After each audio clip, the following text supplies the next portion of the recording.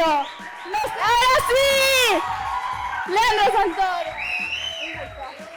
¿Qué tal? Ay, por el sillón, por favor. Muchas gracias por venir. La gente está muy contenta. Yo soy Lu Miranda, me presento. Este es su micrófono, debería estar funcionando. Y... Hola. ¿Funciona? Buenas noches a todas y todos. Muchas gracias por estar acá. La gente está muy contenta de que esté acá. Tenemos, para empezar, para descontracturar esta noche, donde va a haber muchas preguntas, va a venir gente a preguntar, lo van a conocer en primera persona, como ya dijimos. Tenemos un juego para empezar. Un juego que es para toda la familia. Este es espectacular. Se llama el juego Especulación Inmobiliaria.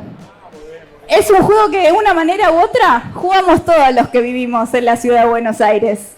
El juego es el siguiente. ¿Lo va a jugar usted? ¿Lo puedo tutear? Sí, bueno. Sí. Lo vas a jugar y lo podemos jugar todos. Vamos a ver imágenes en esa pantalla de publicaciones reales de Airbnb. Porque esta ciudad cada vez se parece más a una publicación de Airbnb.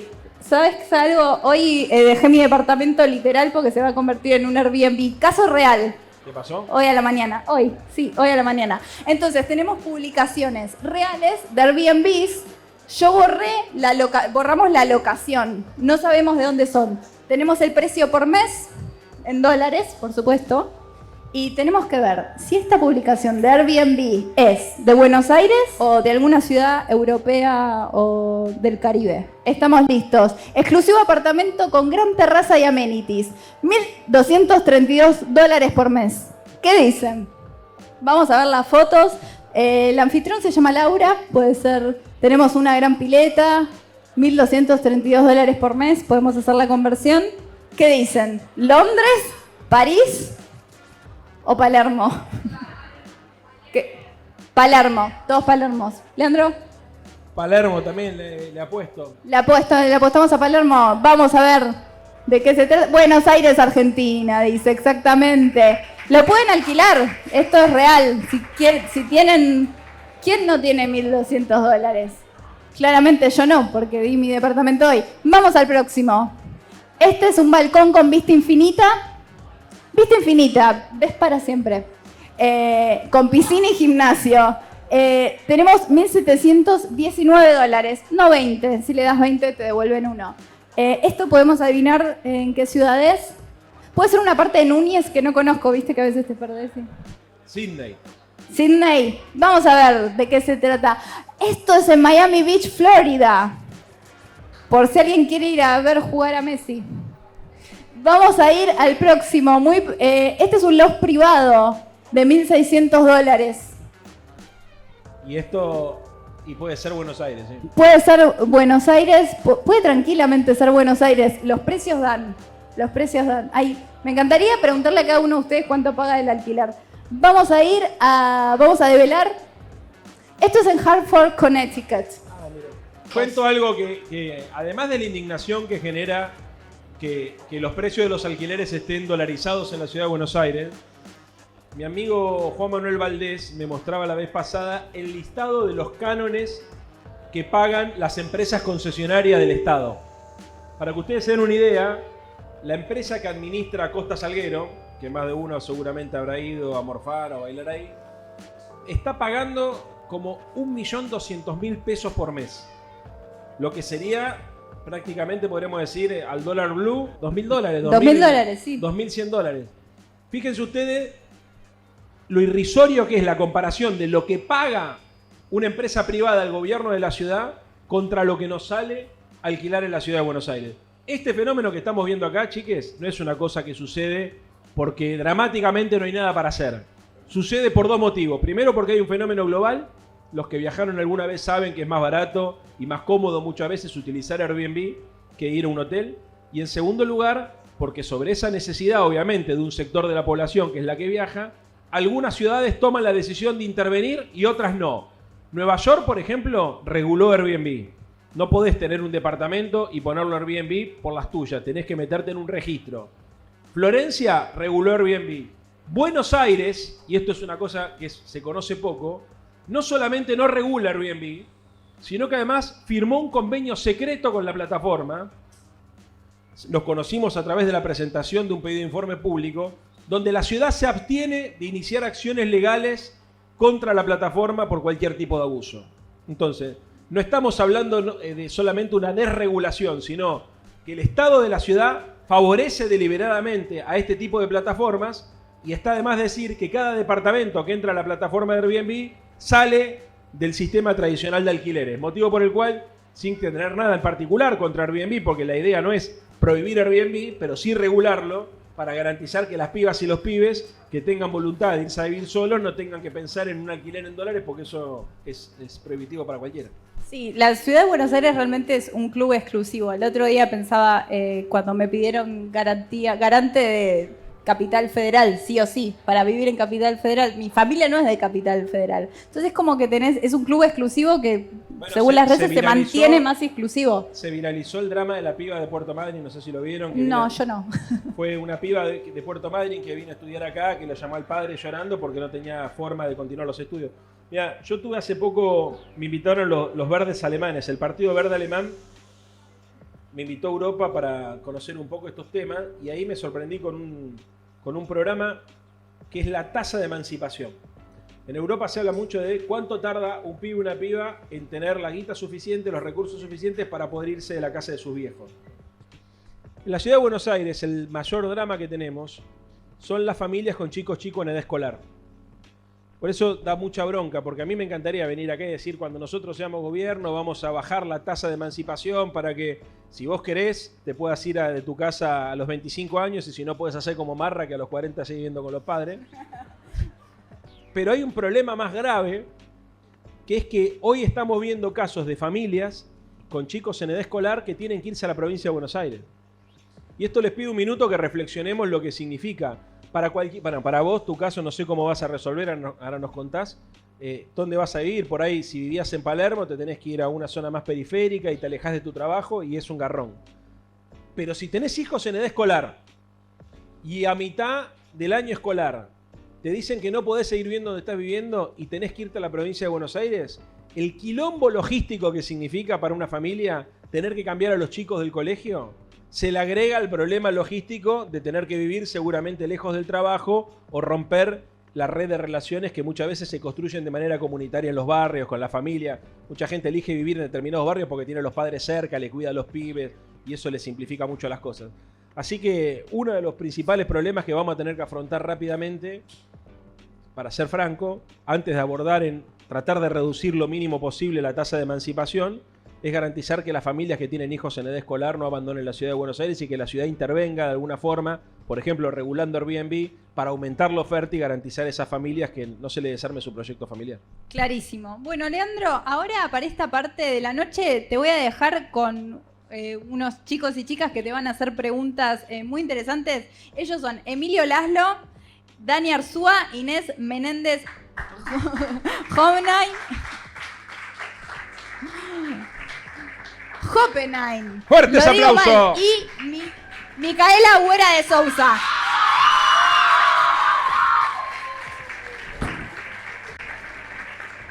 ¿Vos ya te vas? Contanos cómo hiciste con la casa, porque nos dejaste preocupado. No, yo tengo suerte. Me prestaron una casa, así que voy a estar bien. Me mudé hace 2 días, pero hoy me peleé con el ex inquilino de mi casa y le dije que era ilegal lo que estaba haciendo. Fue muy raro todo. Bueno, los dejo, vuelvo en un rato. ¿Esto anda? Hola, hola.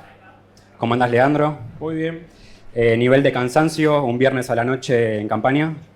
Es el último viernes antes... No, es el grado de estrés que tiene esto es altísimo, así que... Bien, bien. Quería arrancar por ahí. Sí. Vos siempre contás que sos militante desde pibe, que militaste en comités, que pegaste carteles, que pegaste afiches, que pintaste paredes, que repartiste volantes. Y hace unos años ya sos un dirigente, bueno, de la primera línea, ¿no? De una coalición muy importante. ¿Cómo es vivir con este mundo de asesores de comunicación, de 5 cámaras siguiéndote a todos lados, gente que te dice qué decir, cómo decirlo, cómo peinarte, cómo vestirte? ¿Cómo equilibrás lo que vos querés decir y lo que vos querés hacer con toda esa gente alrededor, los supuestos expertos? aconsejándote. Mirá, hay algo que me llena de orgullo, que es que nadie se atreve a moldearnos el contenido de las cosas que decimos.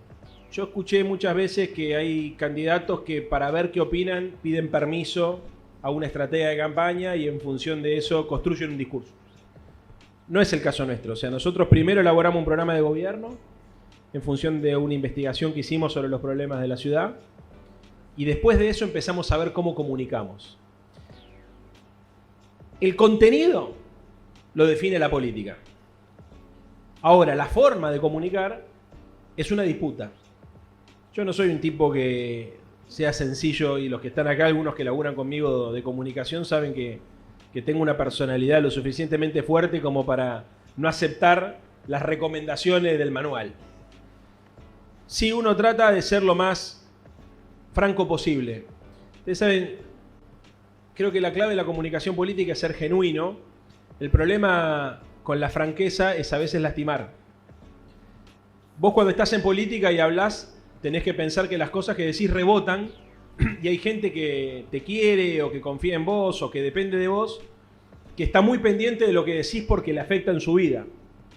Entonces yo trato siempre digo lo mismo, o sea, genuino 100% cuando uno es una persona pública no se puede ser, ¿no? Vos no podés decir todo lo que se te pasa por la cabeza, ni podés ser tal cual sos en la vida privada, porque hay una frontera entre lo público y lo privado razonable que para mí pasa por no dañar al otro y no comprometer la construcción colectiva en un futuro.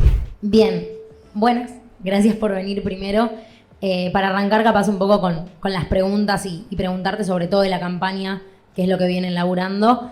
Yo soy militante secundaria, tengo 18 años y el último tiempo en las escuelas de la ciudad las condiciones no es que no fueron buenas, sino que fueron pésimas.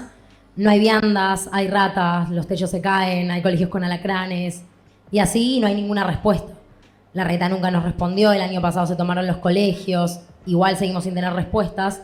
Y capaz, y con eso preguntarte, primero, vos qué pensás de la educación y vos qué querés hacer con esta educación también y de qué forma pensar capaz una educación o de qué forma querés pensarla así con nosotros, de qué manera, cómo podés para vos acercar esa política al día a día capaz de los pibes, que es algo que capaz, o que capaz no, de hecho que la reta no viene haciendo porque las reformas suelen ser inconsultas. ¿Qué pensás hacer con eso para que justamente la educación mejore? Viernes a la noche, hablando de educación, me parece bien. Primero decirles que la Constitución de la ciudad obliga a las autoridades políticas de la ciudad a tener que consultar todo con la comunidad educativa. Y eso incluye a los docentes, a los padres y obviamente a los estudiantes. Cosa que ya sabemos que no ocurre. En segundo lugar, todos creo que llegamos a la conclusión que a la reta la educación pública como la salud pública le preocupa poco. ¿Y por qué le preocupa poco? Porque tienen una concepción que es distinta a la nuestra, que es el mercado el que tiene que ser el gran asignador de recursos y el único actor que ordena los servicios. Yo tengo una visión distinta. Yo creo que nosotros tenemos que tener una ciudad que garantice que la educación pública y que la escuela pública sea la principal palanca para luchar en contra de la desigualdad. La derecha habla de meritocracia, pero no hay mérito posible si no igualás la línea largada. Si vos no igualás las capacidades básicas de las personas, por más que tengas formalmente la chance de competir en una suerte de cancha equilibrada, la distancia inicial va a hacer que el resultado final sea injusto. La principal propuesta que nosotros tenemos para la educación es hacer mucho énfasis en la educación inicial. De los 45 días a los 5 años es la etapa más importante de la formación de una persona. Incluso muchos dicen que esa etapa donde uno no guarda recuerdos es la que determina después el éxito, o por lo menos buena parte del éxito de la trayectoria educativa. Si en tu casa hubo libros o no hubo libros, influye en tu formación como alumna primaria y en la secundaria.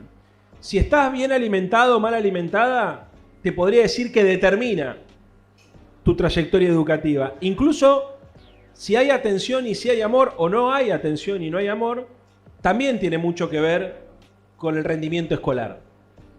Para mí el tema de la educación inicial es clave porque la reta lo toma solamente como una suerte de sistema de cuidados para la clase media-baja.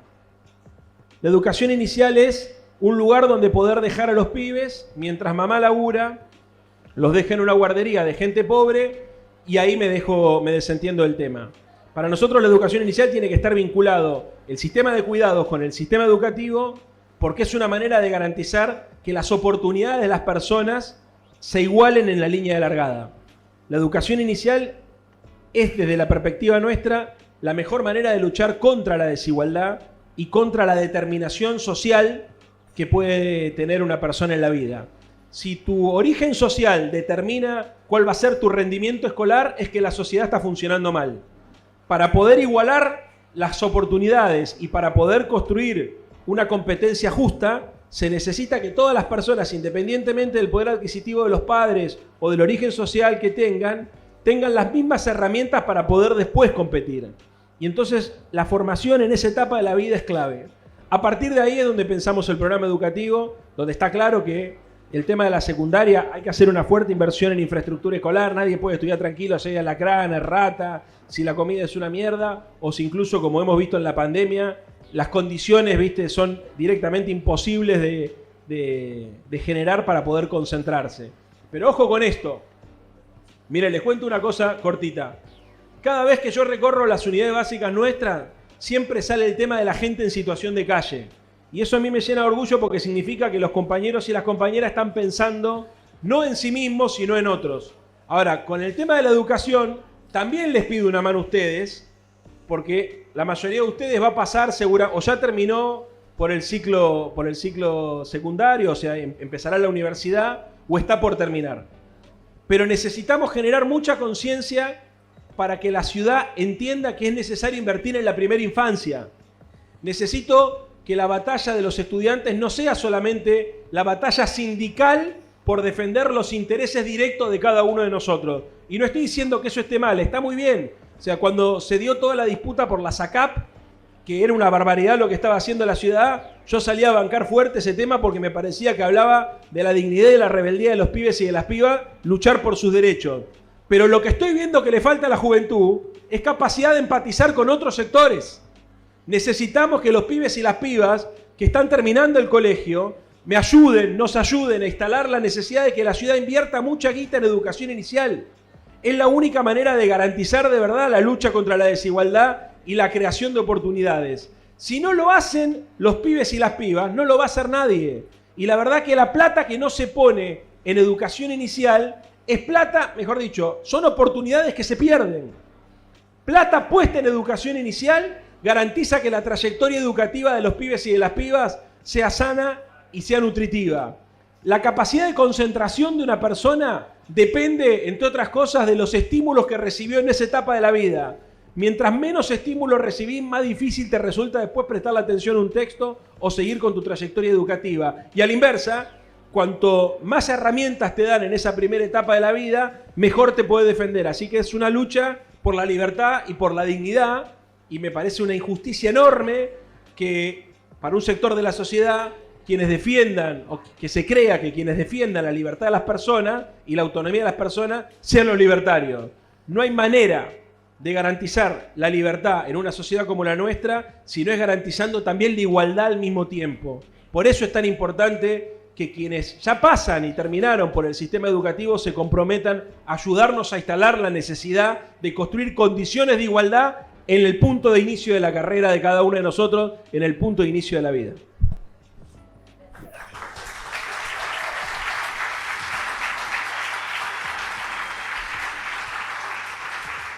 Leandro, yo no sé si vos sabés, pero en los últimos tiempos, Lodisca está de moda.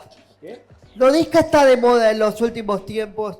Estamos como en un hype elevado de se muestra, ahora hay como que se muestra más el tema de discapacidad, está más en boca de los políticos y de las políticas a nivel nacional, y digo, es un tema bastante frecuente últimamente de conversación y tiene, a mi entender, tiene un peso de mayor relevancia, tiene mayor relevancia.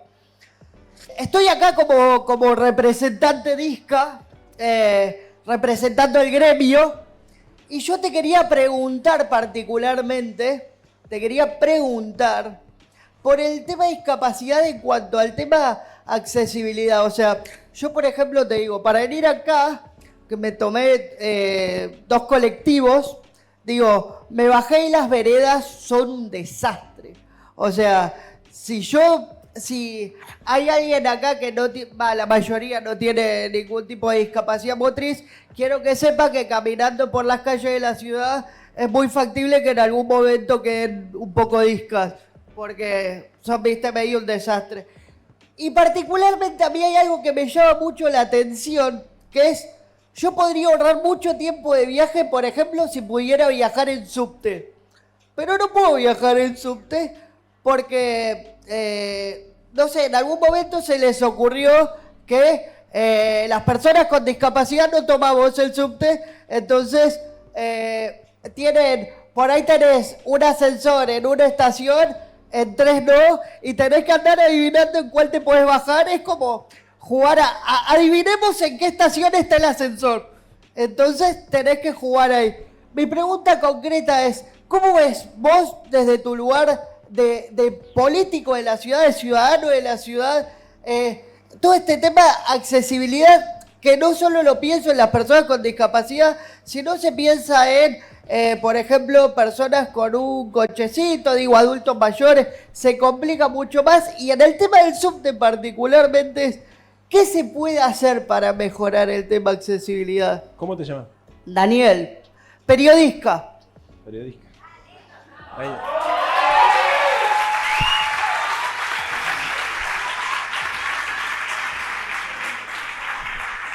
Antes de responderle a Daniel, les quiero preguntar a ustedes, honestamente, ¿les parece razonable que una persona con discapacidad sea la que tenga que reclamar por sus propios derechos?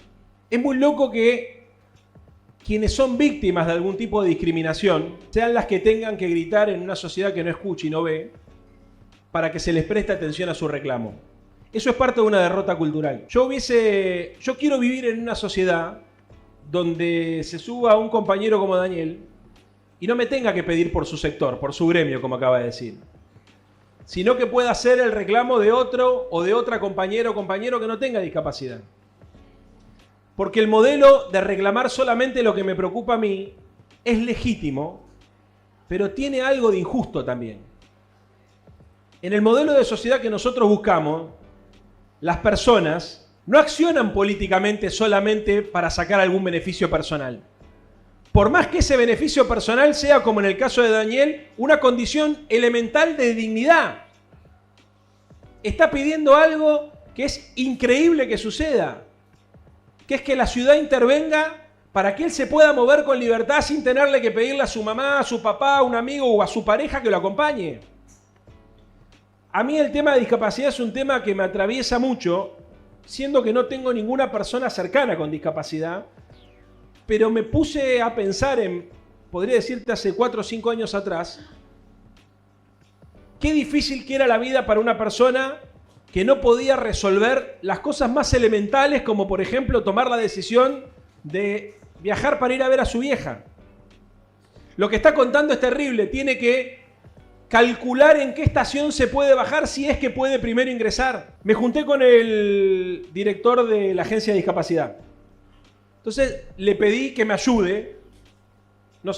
Vos y yo es la primera vez que nos conocemos. Le pedí que me ayude para generar conciencia, porque creo que las estadísticas indican que cerca del 10% de la población de la ciudad tiene algún tipo de discapacidad. Y uno lo primero que piensa es, yo no veo 1 de cada 10 en la calle con algún tipo de discapacidad.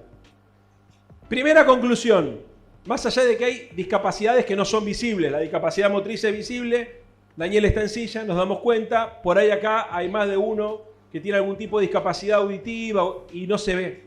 Pero el primer punto es que muchas personas que sufren la discriminación por su discapacidad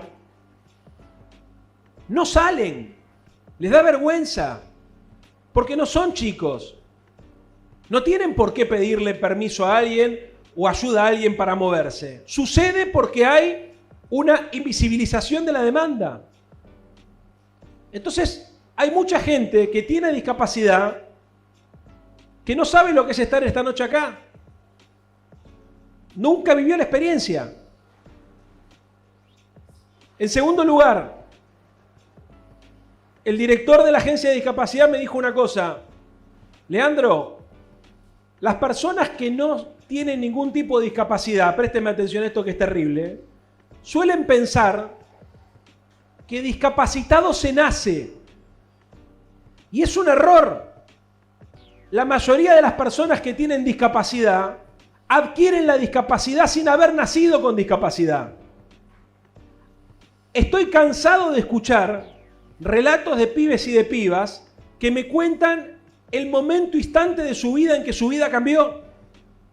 Porque tuvieron un accidente, porque tuvieron una ACV, porque algo les pasó y personas que tenían absoluta autonomía pasaron a estar restringidos en su libertad y en su autonomía y también lamentablemente por la injusticia social que hay en su dignidad de un día para el otro. ¿Qué les quiero decir con esto? Que cuando uno tiene la suerte de no tener limitaciones físicas, suele pensar que eso es algo eterno. Bueno, les cuento que no. Les cuento primero que todos envejecemos y lo que te pasa a vos, Dani, le pasa a mi mamá, que nació sin ninguna discapacidad, pero cada vez que me dice que se toma el bondi para venirme a ver, hablamos del subte, pero con el colectivo pasa lo mismo, a mí se me ponen los huevos en la garganta porque se puede caer, se puede quebrar la cadera. En segundo lugar, seguramente más de uno de los que estamos esta noche acá, en algún momento de nuestras vidas, podemos quedar discapacitados o con alguna discapacidad. Y si eso te pasa, vas a pasar a ser del club de los que nadie escucha. Una persona con discapacidad no solamente tiene las limitaciones para moverse, tiene las limitaciones para lo más esencial para trabajar. Es el principal problema que tienen las personas con discapacidad. Porque además la mentalidad hegemónica nos lleva a suponer que una persona con discapacidad es como un niño. Me mostraban un video de testimonios de pibes que iban a buscar laburo con cámara oculta y los patrones le preguntaban de qué manera iban a poder desarrollar tareas que obviamente podían desarrollar porque la discapacidad es en un aspecto, no es una discapacidad total. Hay personas que tienen una cabeza privilegiada, pero que por ahí no tienen manos. Como me pasó ver el caso de un pibe particular, un pibe de la ciudad de Buenos Aires, y los tipos que le estaban haciendo la entrevista laboral no sabían cómo carajo explicarle que no lo iban a contratar. Entonces, hay algo, compañeras y compañeros, que si no cambia, no solamente no vamos a poder ayudar a las personas con discapacidad, sino no vamos a poder cambiar la sociedad. ¿Qué es la indiferencia? No podemos ser personas tan indiferentes. Mirá, yo te digo una cosa, si yo llego a ser jefe de gobierno, te aseguro que las estaciones de subte van a ser accesibles para todos, salga lo que salga. Te lo aseguro.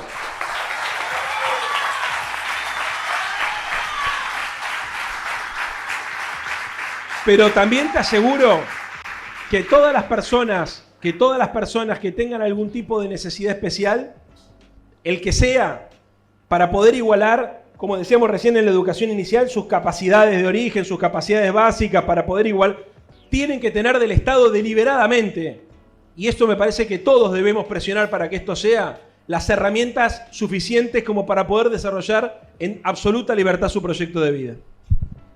Vamos, aplauso primero.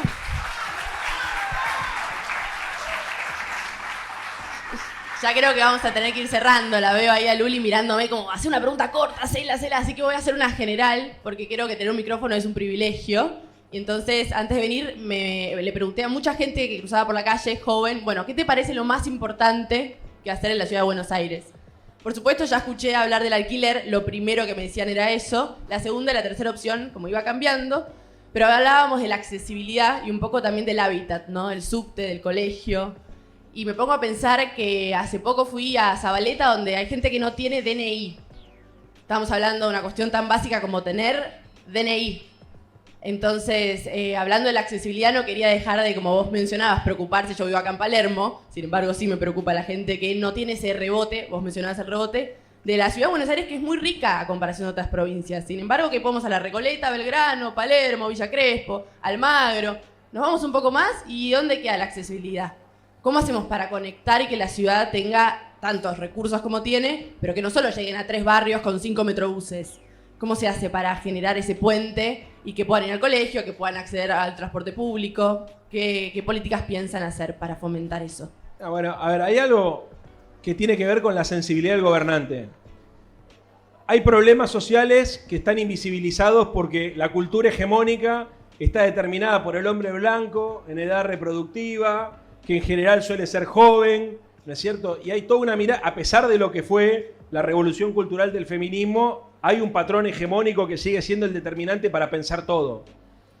Bueno, la sensibilidad es darnos cuenta de que ese patrón hegemónico ni en pedo es el dominante y mucho menos el único posible. Yo creo que si nosotros somos gobierno, una de las cosas que vamos a tratar de hacer en el ejercicio de la gestión va a ser ponernos en el lugar del otro y tratar de tener presente la diversidad de la ciudad. La ciudad tiene personas con discapacidad, tiene personas que son súper productivas, pero también tiene personas que necesitan un apoyo especial, tiene personas que tienen determinadas habilidades para las cuales no tienen herramientas en la ciudad para poder llevarlas adelante. Si se te ocurre una buena idea, probablemente tengas pocas herramientas del Estado para poder hacer de esa buena idea un plan de negocio. Hay personas que tienen inquietudes, por ejemplo, vinculado a lo ambiental, que en la ciudad de Buenos Aires directamente ni siquiera tiene quien los escuche. Hay que tener el ejercicio. Mirá, ¿y cómo se materializa la escucha? La escucha se materializa con mecanismos de participación. Hay formas que la Constitución prevé para... Mirá, por ejemplo, el tema de presupuesto participativo fue una herramienta que funcionó en Brasil. Agarrabas un pedazo del presupuesto y decías, bueno, esta partecita del presupuesto no la va a definir el funcionario político, la va a definir la gente. Por ejemplo, supongamos que nosotros somos de este barrio, del barrio de Palermo, y vengo yo acá y les digo, a partir de ahora, el 1% del presupuesto de la ciudad va para las comunas y cada uno de ustedes va a poder definir qué se hace con 200 millones de dólares, 150 millones de dólares. Bueno, ¿qué hacemos? ¿Tá? ¿Cómo resolvemos qué hacemos? Hay mecanismos de participación para que cada uno pueda proponer distintas alternativas. Algunos dirán, hace falta una rampa o hace falta un ascensor en la estación de subte. Otros dirán, necesitamos una plaza. Otros plantearán que hay que reformar las escuelas. Bueno, en función de eso se arma un listado de prioridades y la gente participa y define ese presupuesto hacia dónde va. Ese es un mecanismo. El segundo mecanismo es el de la participación política. O sea, si nosotros somos gobierno, una de las cosas que vamos a hacer es construir una organización política que le dé capilaridad a la ciudadanía. O sea, una cosa es gobernar escuchando los focus group y otra cosa es gobernar sabiendo que funcionario político, antes de ser funcionario, es militante. La palabra militante, que muchas veces es malinterpretada, es el compromiso de cada uno de nosotros con la vocación de servicio. Funcionario que trabaja, como dijo Cristina, de 8 a 16, funcionario que no funciona. Funcionario político, funcionario militante político, trabaja las 24 horas, 24/7.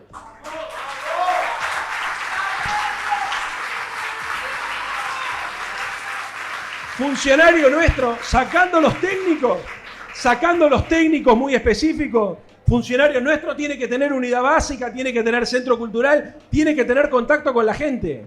Y eso tiene que generar un movimiento de participación ciudadana que provoque que la construcción de nuestras prioridades como gestión tengan que... Miren, les cuento la última. ¿Saben cómo yo terminé de hacerme kirchnerista? Yo tuve la suerte de viajar con Cristina en el 2014 a Roma. Invitó un conjunto de pibes a verlo al Papa, qué sé yo, y me llevaron en ese viaje. Y la pude ver funcionar. Arriba el avión, una locura. Vos imaginate, Cristina, Aníbal, el gobierno de ella en pleno. El vuelo arranca, qué sé yo, bueno, aparece Cristina. Y se pone a tomar lección a cada uno de los que estaba ahí, porque no me acuerdo qué movilización había, acerca de cómo habían hecho ellos para garantizar la movilización, ¿no? Cada uno de los ministros. Vi dos cosas que me sorprendieron. Primero, cuando Cristina hablaba de las personas, de los militares, hablaba de los compañeros como si de verdad existiera una paridad total. Estamos hablando de gente que ella no conocía, pero que sentía que compartía un espíritu, que compartía un proyecto. Y en segundo lugar, no había margen para hacerse el boludo frente a la conflictividad social. Funcionario político no cumple solamente la tarea de hacer resoluciones, firmar expedientes o resolver problemas. Funcionario político tiene la obligación de articular con la sociedad. Entonces, hay un tipo de liderazgo que yo creo que nosotros tenemos que reproducir, que es el liderazgo que obliga al militante a ser un militante integral. Militante político no es solamente el que agarra un micrófono y da un discurso, o el tipo o la mina que escribe un documento, o el que solamente pinta una pared y reparte un volante. Militante integral es el que hace todo. Todo. No se puede ser funcionario político de un gobierno que quiere transformar la historia, donde las personas que tienen la responsabilidad de conducir y de definir hacia dónde van los recursos públicos, cuando llega a las 4 de la tarde se va a la casa. No puede pasar que un funcionario político de un gobierno como el nuestro, frente al reclamo de una asamblea como puede ser esta, se haga el pelotudo o tire una evasiva.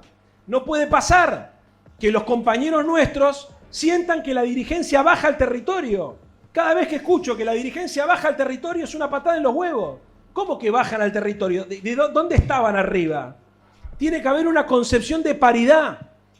En todo caso, lo que yo noté con Cristina era que era, como se dice habitualmente, un primus inter pares, una primera entre los pares. Ponía la condición de igualdad, esta cosa de la jerarquía clasista, de que uno es dirigente, el otro es operador, el otro... Es una porquería.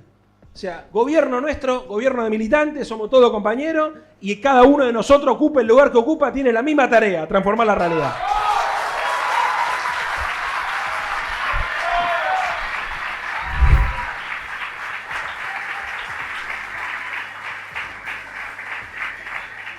Excelente, muchísimas gracias. Invito a los chicos que se queden acá, a Dani, Laszlo, Ine y Mika. Vamos a hacer una pequeña actividad, un pequeño juego antes de seguir con más preguntas.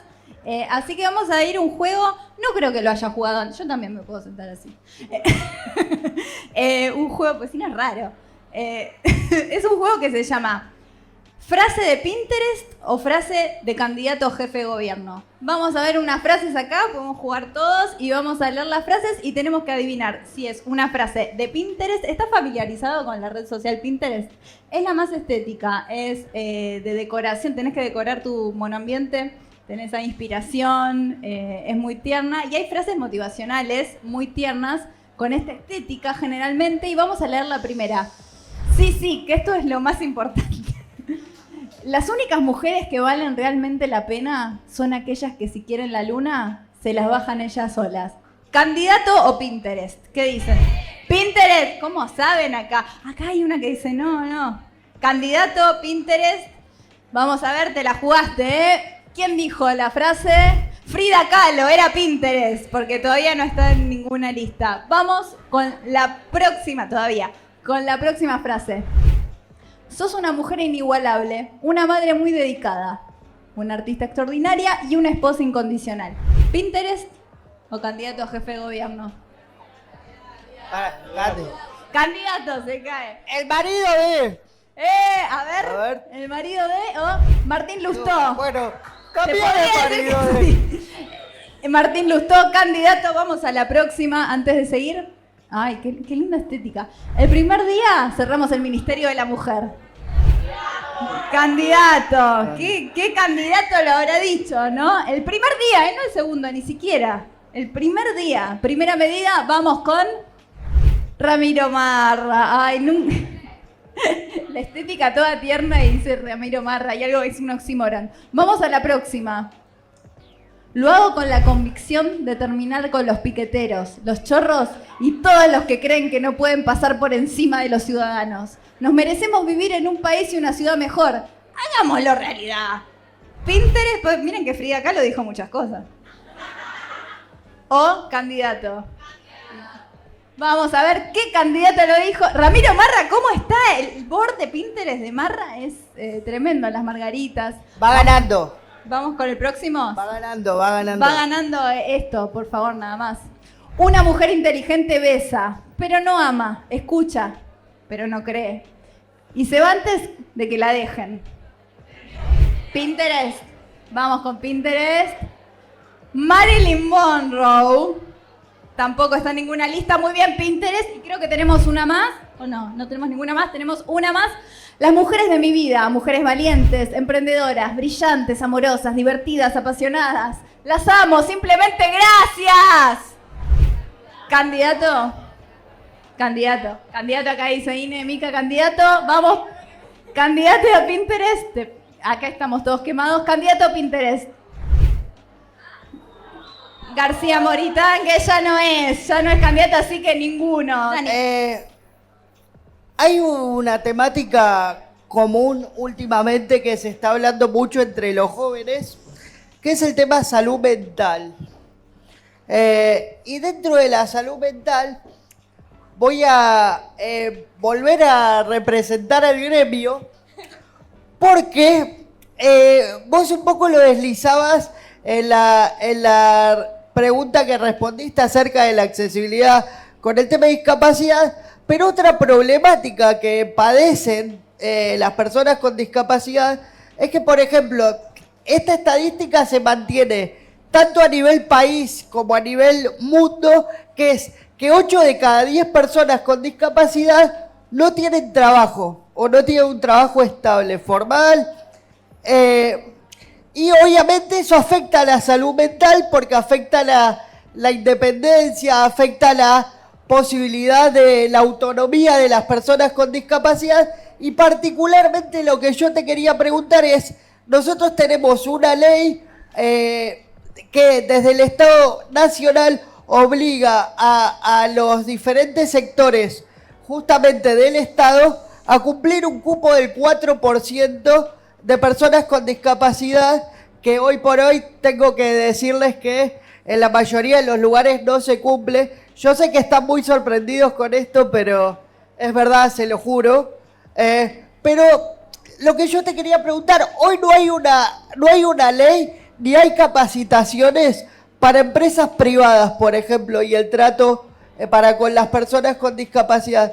En el tema laboral, teniendo en cuenta que el porcentaje de población en el país de personas con algún tipo de discapacidad es del 15%, digo, ¿se plantea a futuro algún tipo, o es viable algún tipo de política para fomentar justamente la incursión y la inserción de las personas con discapacidad en el mundo laboral?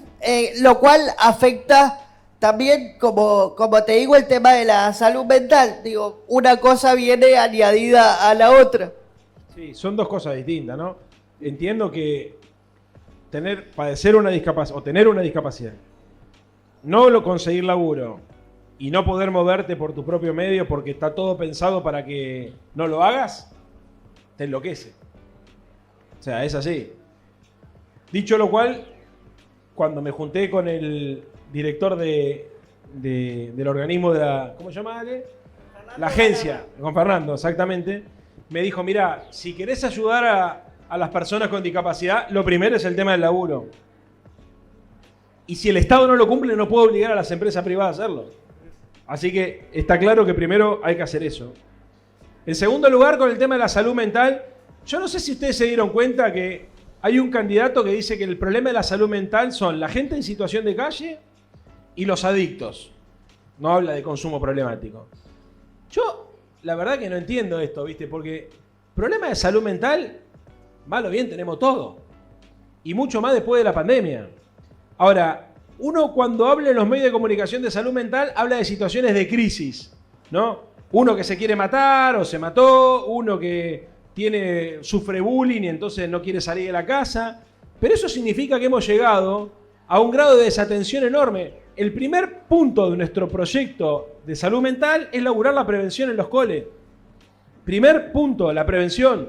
Segundo punto es el tema de la emergencia. Tercero, el tema de la atención primaria. Cuarto es la creación de esos dispositivos que son necesarios para los tratamientos ambulatorios y finalmente el tema de las internaciones. Pero les digo algo, para el 2050 el principal problema de salud pública va a ser el tema de la salud mental. Y hoy ni la prepaga ni la obra social te ayuda. Si alguno de ustedes tiene algún tipo de padecimiento y necesita ayuda psicológica y tiene una obra social, que me digan qué obra social les responde con sus necesidades. Todos terminamos yendo al psicólogo pago. Bueno, muy bien. Una ciudad del siglo XXI tiene que entender que si es el principal problema de salud pública, el tema de la salud mental, la ciudad lo tiene que garantizar. ¿Cómo? Con todo esto que les conté e instalando este tema en la agenda. Por eso, ¿saben por qué vengo yo hoy acá? Yo sé que todos más o menos nos vamos a votar entre todos. Pero necesito que me ayuden a instalar la agenda. Necesito que me ayuden a instalar los temas. Gane quien gane las elecciones, tiene que haber el año que viene un programa de salud mental. Gane quien gane las elecciones, hay que hacer que las 90 estaciones de subte sean accesibles. Gane quien gane las elecciones, tenemos que parar con la construcción descontrolada que está llevándose puesto la ciudad de Buenos Aires. Y gane quien gane las elecciones, tiene que haber vacante y tiene que haber una política de alquileres accesible. No puede ser que el único candidato de que está hablando de esto sea yo. Y si soy el único, gane o no gane yo, les tengo que pedir a todos ustedes que construyamos esto como una agenda de todos. Una agenda porteña de todas y de todos.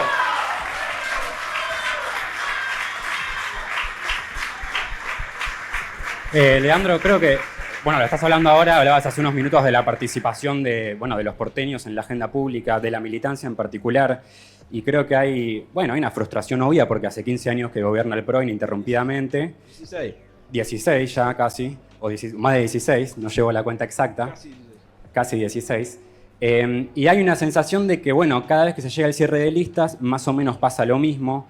Los distintos sectores del peronismo o del panperonismo se reparten los lugares entrables en las listas, en diputados, en legisladores, y a veces cambia el candidato que encabeza, a veces no, a veces a uno le gusta más el candidato, a veces le gusta menos. La pregunta que te hacen siempre es, ¿cómo ganarían ahora si el peronismo pierde hace tanto tiempo? Pero la pregunta que te quiero hacer es si vos percibís ese reclamo de la militancia, de que los convoquen a participar, de que haya más instancias de participación, y por qué, si esta vez no sucedió nada demasiado distinto, por qué esta vez sí se conquistaría la ciudad. Mira, ¿cómo te llamamos? Emilio. Emilio, para serte franco, yo no veo mucha disconformidad de la militancia, a pesar de que sé que hay mucha disconformidad. Los veo poco quilombero, como diría el Papa. O sea, yo creo que la juventud, que tiene una tarea siempre de vanguardia, está demasiado tranquila. No veo grandes quilombos, ni en el PJ, ni en Unión por la Patria, ni veo tampoco un gran reclamo de más participación. Casi te diría que los veo demasiado domesticados. Y se lo digo con respeto, porque si nosotros queremos ganar la ciudad de Buenos Aires, vamos a necesitar que mucha gente active y movilice ideas. Hoy los candidatos, estas cosas que estamos viendo, caen todos en lugares comunes. Caen todos en zonas de confort, caemos. Y que yo trato, porque me someto a la idea de que hay que instalar un programa y una agenda propia, de romper con esa lógica. Pero está pasando algo que yo creo que todos percibimos, que hubo un giro hacia la derecha de la sociedad y que pareciera ser que el sector libertario, liberal libertario, es mayoritario cuando no es así, y hay incluso un retroceso de la agenda feminista en la ciudad de Buenos Aires, donde hay cosas que se permiten hoy que hace 5 años atrás o 3 años atrás hubiesen sido inimaginables. No solamente decir que van a cerrar el Ministerio de la Mujer, porque suponen que eso les da voto, sino también hay una cosa que me llamó mucho la atención, que pasa muchas veces desapercibido, equiparar a los piqueteros con los motochorros, con los sindicalistas. Hay efectivamente un avance del sentido común de la derecha. Y no estoy encontrando una respuesta que esté a la altura de la circunstancia. Los tipos se quedaron con la idea de que porque son políticamente incorrectos tienen derecho a ofender, tienen el derecho a cagarse en las minorías, tienen el derecho a agredirte, y ahí aparecen los discursos de odio, el resentimiento, etcétera, etcétera. Y yo veo que el sector, este sector del mundo no está tan activo. Entonces, ¿qué creo que va a pasar ahora? Para irte a la segunda parte de la pregunta, creo que a favor tenemos que ellos se están matando, que hay una fractura del bloque de poder de la derecha de la ciudad. Segundo, que nosotros tenemos una propuesta política consistente. estudiada, desarrollada, investigada, que los obligó a tomar parte de nuestra propia agenda. Tercero, creo que nos va a ir muy bien y que después de las PASO vamos y acá les voy a pedir a todos que nos den una mano en serio, a instalar la idea que para terminar con la derecha en la ciudad es necesario que este proyecto político entre al balotaje. Tenemos que entrar al balotaje como no entramos en el 2011. Y cuando... Pero, espere. Nosotros hoy estamos recorriendo el sur de la ciudad. Estamos recorriendo el sur de la ciudad. En la segunda etapa vamos a hacer la línea de Rivadavia. Y en la tercera etapa, que esperemos que es cuando entremos al balotaje, vamos a ir hacia el norte. Hoy estamos buscando movilizar a los votos propios. En la segunda etapa vamos a buscar movilizar al electorado que sin ser kirchnerista comparte un universo de valores. Ahora, la tercera etapa, que es la etapa del balotaje, la disputa va a estar por ir a hablarle a los pibes y a las pibas que no creen en la política. Para juntar un 50%, para juntar ese número mágico que permita desalojar a la derecha y poner un gobierno popular en Upayata, que es donde queda la sede del gobierno porteño, vamos a tener que convencer a todos los pibes y a todas las pibas que la política tiene sentido y que no es lo mismo que gane Jorge Macri y Martín Lustó o que ganemos nosotros. Así que para la tercera etapa, todas y todas, porque hay que ir a buscar a todos,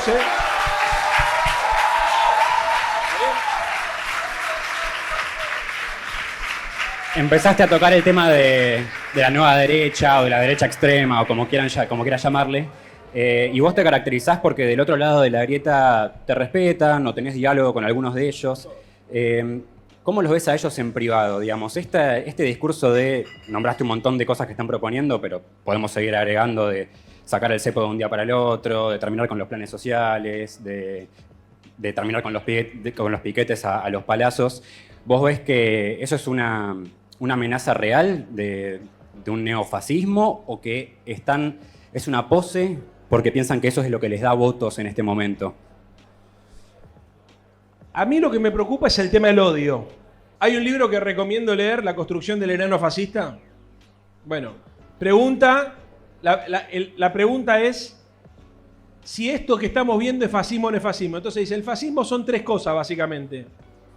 Una ideología, una forma de ejercer el poder y una práctica social. Esto que estamos viendo nosotros es una práctica social fascista, que es la construcción de un enemigo identificando al pobre o al subordinado como el responsable de todos los males. Lo que estamos viendo recién, y esto es muy preocupante, es la estigmatización de un tipo de sujeto. Si vos tenés visera, sos chorro. Si estás en un conflicto social, sos un delincuente. Si sos joven, sos sospechoso. ¿Está? Y si sos mujer y te reivindicás como feminista, sos loca.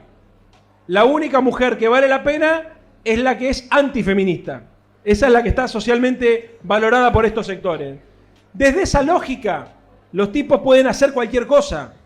Porque mientras la sociedad sea tan tolerante, yo lo que les quiero llamar la atención es que nosotros aumentamos la tolerancia a la intolerancia. Esto es verdaderamente llamativo. No se puede tolerar... No aplaudas, boludece, por favor, Juan Manuel. Me desconcentra además. No se puede, miren, no se puede tolerar el odio y la bronca, no se puede tolerar la discriminación. Si nosotros aceptamos... Mira, le voy a poner otro ejemplo. Yo estuve antes de ayer en un programa de televisión, que la primera pregunta que me hacen es, Santoro, si sos jefe de gobierno, ¿le descontás el sueldo a los maestros que hacen paro? Y no me lo dijo un periodista de derecha, uno de Corea del Centro. No me preguntó, yo le digo, pero a ver, mirá la pregunta que me haces. Me dice, no, porque yo mando a mis hijos a la escuela pública y estoy podrido que hagan paro, me dice. Ahora, lo loco de esta historia es que en lugar de hacer el planteo, che, vas a subir el presupuesto de educación porque desde que la reta gobierna lo baja un punto por año, o vas a hacer la inversión en infraestructura porque desde que la reta gobierna no solamente baja el presupuesto, sino que cuando lo baja subejecuta, me pregunta si cuando sea jefe de gobierno le voy a sacar el presentismo al docente que haga paro por luchar porque las condiciones de trabajo son una mierda. ¿Qué hay atrás de eso? La idea de que el culpable de que las cosas no vayan mal es el más débil. ¿Se entiende esto? esta tolerancia, yo agarré y le dije, mira loco, te respeto mucho, pero cortar el hilo por lo más delgado, no. La tolerancia que nosotros tenemos a la intolerancia, a mí me asusta. Y no estoy diciendo que haya que reaccionar de manera violenta, al contrario, hay que reaccionar con amor, con ternura y compasión, como solemos decir. Pero loco, de verdad les digo, no se puede ser tan indiferente al planteo de una derecha que está planteando que a Cristina no la intentaron de asesinar, que en realidad es una construcción nuestra, que no tiene, que las mujeres se tienen que retirar a las cuestiones privadas, se tienen que retirar de la cuestión pública, que los discursos de odio, que el que piensa distinto es un enemigo. Esta discusión conduce inevitablemente a que el proyecto que ellos verbalizan se materialice en algún futuro cercano si esto sigue así.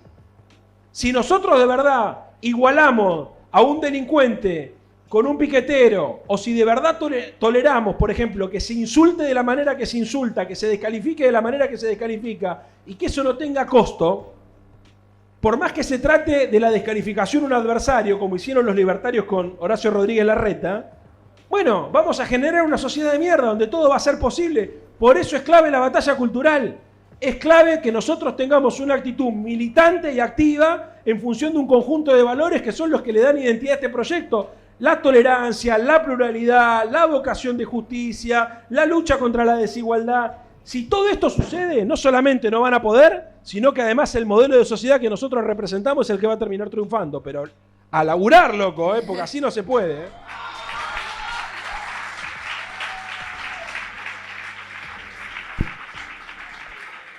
Recién me mencionabas, no quiero cortar los aplausos, porque me parecen, no quiero cortar ese momento.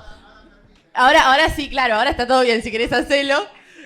Justamente recién hablabas de la batalla cultural, de un discurso ganado de la intolerancia, y metías también, yo también quiero meter a mi gremio, el feminismo y las mujeres, que justamente hay un discurso, como vos bien mencionabas, pero también hay políticas que fallan más allá de la intolerancia de la sociedad, ¿no? El botón de pánico muchas veces no sirve, la tobillera electrónica tampoco, no hay perspectiva de género en las comisarías. ¿Cómo se va a hacer para que no solo nosotros creo que nos involucramos en un cambio discursivo y cultural, sino también la ciudad se involucre en un cambio de políticas públicas? O por lo menos cómo se tratan las que ya están, ¿no? La ley Micaela no se cumple. Digo, ¿cómo se puede llegar a hacer que se cumplan los recursos que ya tenemos? A ver, es que hay cosas que yo de verdad, yo suelo escaparle a la famosa respuesta es decisión política. Pero creo que esto que está diciendo vos es decisión política. A ver, si yo soy jefe de gobierno y pasan 6 meses y vos te das cuenta que no cambió la agenda, que no hay perspectiva de género, se supone que me tenés que agarrar y me tenés que decir, loco, me cagaste y eso a mí me tiene que afectar. Y, viste, que algo tiene que cambiar. En realidad se supone que la sola amenaza de que eso pueda pasar nos lleve a que nunca pase. ¿Se entiende? Nosotros tenemos un compromiso ideológico muy claro. Hoy hay una derecha que se representa y que se reivindica como antifeminista. Muy bien. Nosotros, inclusive los varones, sin ser mujeres, nos reivindicamos feministas, porque entendemos que el feminismo no es lo contrario del machismo, sino es la construcción de la igualdad. ¿Se entiende lo que estoy diciendo? Es algo más profundo que eso. Para mí, la única garantía que hay de todo esto es que de verdad las compañeras y los compañeros que militan en política sean parte del gobierno. El gobierno tecnocrático de la derecha importa funcionarios para resolver quilombos de agenda de coyuntura. El gobierno que nosotros queremos hacer tiene una agenda política, ideológica, cultural. Es impensable que en una gestión conducida, porque, a ver, es impensable que Claudia Neira o que Graciana Peñafort o que cualquiera de ustedes, si nosotros fuéramos gobierno, no tuviese presente que las políticas públicas tienen que estar todas cortadas transversalmente por la política de género. ¿Por qué? Porque somos eso. Ahora, lo que yo estoy notando acá, que no falta voluntad política para aplicar esa gestión, que lo que nos está faltando todavía, compañeros y compañeros, es mística para salir a convencer a los demás. Es mística para salir a ganar la elección. Yo les aseguro que si soy jefe de gobierno esto va a pasar. Va a haber política de género, va a estar todo cortado transversalmente. Cada uno de ustedes va a sentir que tienen un gobierno que los enorgullece y que los representa. Ahora, para eso tenemos que ganar. Entonces, convénzanse que es la única forma.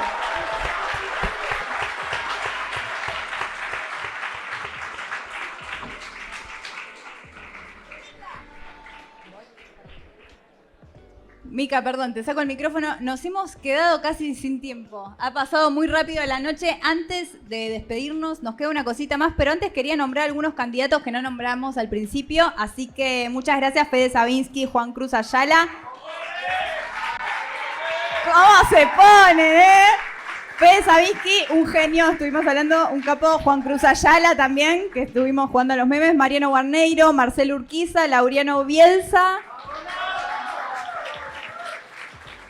Y Bautista Pruso, a todos ellos. Muchísimas gracias. Y de parte de todos los pibes y pibas, los que estamos acá, los que están abajo, tenemos un regalo para vos. Nombraste al Papa. Tenemos una remera del Papa levantando la Copa América. Esta es especialmente para vos. Mostrala. Esta te la llevas a casa. Sí, cuando se la lleva... ¿Quién se la lleva? Cuando San Lorenzo salió campeón de la Copa Libertadores, esta es la Copa Libertadores. Ah, dije la Copa América. Sí, no importa. Cuando salió campeón de la Copa Libertadores se la llevaron fanáticos de San Lorenzo. Bueno, ya terminamos acá, ¿no? Chiques. ¿Queda algo? Íbamos a poner el jingle. No te pongas mal. Íbamos a poner un jingle nada más. Que ¿Tenés toda todo? la gente lo quiere, Leandro. La gente quiere jingle. Esta elección se está ganando con jingle. Nadie lo hubiera anticipado, pero está pasando. Así que si lo tenemos, ¿lo tenemos?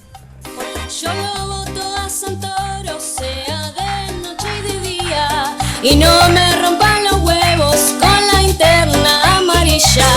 Que quieren votar a Guga pa' que pierda el Macri negro. Vamos con Leandro Santoro para jefe de gobierno.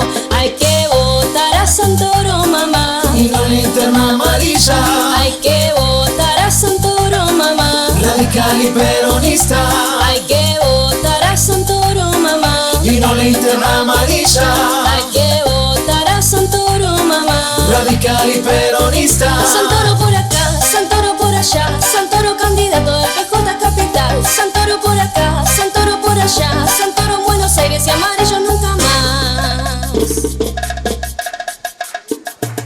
Bueno, ahora sí, muchísimas gracias, Santoro. Muchas gracias, Leandro. Muchas gracias a la gente, cómo se puso la gente del fondo. Vamos a hacer una foto Lo con último, todos, pero lo último. antes... Sí, déjame decir esto. Sí, por Chique, favor. una cosa importante. Una cosa importante. Yo sé que son 16 años, que muchos de ustedes nunca vieron un gobierno de la ciudad que no sea amarillo. Sé que no se imaginan lo que es gobernar la ciudad de Buenos Aires, porque además desde hace muchos años se instaló que estos tipos son imbatibles, que no hay manera de ganarle, que la ciudad es conservadora y no sé cuánta otra cantidad de cosas más. Créanme lo que les digo esta noche. Primero, la ciudad de Buenos Aires no es una ciudad de derecha, es una ciudad que ha sido interpelada por un discurso que hoy está agotado. Tranquilamente podemos construir nosotros una mayoría. No es automático, no es sencillo, pero tampoco es imposible. ¿Qué necesitamos? Primero, que lean el programa de gobierno para entender cuáles son los puntos de conflicto que estamos construyendo. El conflicto de los inquilinos, el conflicto de la construcción desmedida, el conflicto de la falta de vacante, el conflicto de la falta de accesibilidad para las personas con discapacidad, el conflicto de la indiferencia frente a las personas en situación de calle, el conflicto de la inseguridad en algunos barrios, el conflicto de la falta de política de salud mental. Hay que tenerlo claro porque esta ciudad no se gana con biribiri, se gana con política. Segundo, hay 3 o 4 valores que son el corazón de nuestro proyecto. La solidaridad, la mirada desde la humanidad y la búsqueda de la desmercantilización de la sociedad, la construcción de la justicia y la lucha contra la desigualdad y la idea de una comunidad. Compañera, compañero, ¿se gana esta ciudad si cada uno de ustedes asume este discurso como propio? Y entre todos podemos construir un gran movimiento cultural. ¿Cómo se hace? Con humor, con pasión y con alegría. Si ustedes no construyen un discurso que sea accesible para todo el mundo, que no sea agresivo, un discurso que devuelva las ganas de militar, que devuelva la mística a la organización, no vamos a poder. Ahora, si logramos entre todas y todos despertar la pasión, convencer a la gente que se puede ganar, plantear cuáles son las injusticias que estamos naturalizando para dejar de naturalizarlas, construir un discurso donde todos se puedan sentir identificados, sin exclusión, dándole la oportunidad al que se equivoca o al que se zarpa, que se corrija y que se incluya. Con vocación de mayoría, sin sectarismo y con mucha alegría y con mucha pasión, créanme lo que les digo, vamos a ganar la ciudad de Buenos Aires y la vamos a ganar entre todas y todos. Muchas gracias, Leandro, muchas gracias a todos, muchas gracias, Emiliano, Ineo Oppenheimer, Mica, Dani Arzúa, y a todos ustedes. Se quedan, va a haber música, DJ, comida, así que nos quedamos acá. Y nos sacamos una foto toda la muchachada.